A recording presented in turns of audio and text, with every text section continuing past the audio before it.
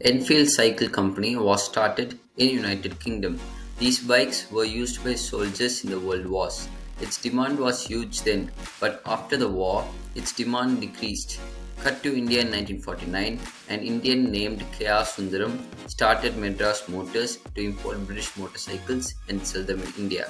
In 1952, Indian Army gave an order of 800 350cc motorcycles.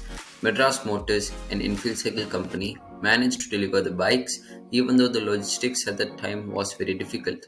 After this deal, Enfield Bikes and the Indian Army developed very good relations. Looking at the enormous potential in India, Enfield Cycle Company partnered with Madras Motors in 1955 to form Enfield India and built a factory in a district near Madras called Tiruvottiyur. By 1970, the Enfield Cycle Company in the UK went out of business. Production in India remained uninterrupted.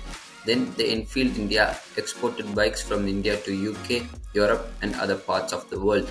In India, the bikes, which were lightweight and had more mileage and cheaper than Enfield India bikes, were giving a difficult time to Enfield India in the Indian market. When it was in verge of bankruptcy in the year 1994, Asia Groups acquired Enfield India and renamed the brand as Royal Enfield. Asia Motors had no idea what to do with Royal Enfield and decided to shut it down. But the son of CEO of Asia Motors, Siddharth Lal, wanted to make something with Royal Enfield and asked for a last chance. He wanted to make Royal Enfield a global company, but he didn't know what to do. So he did something unconventional that no other founder or CEO would do.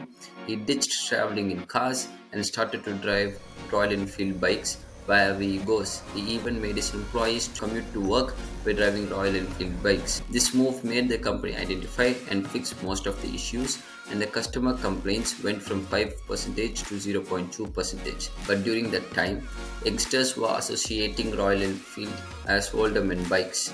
Lal wanted to fix this image because if it isn't changed, they can't attract young people to buy the bike. Since they had good relationship with Indian Army, Lal started sponsoring Royal Enfield classics to Indian Army men and even to the policemen. He also made sure that Royal Enfield will appear in movies which had a military or a policeman. After taking care of the image, they wanted to launch a product that actually attracted young people.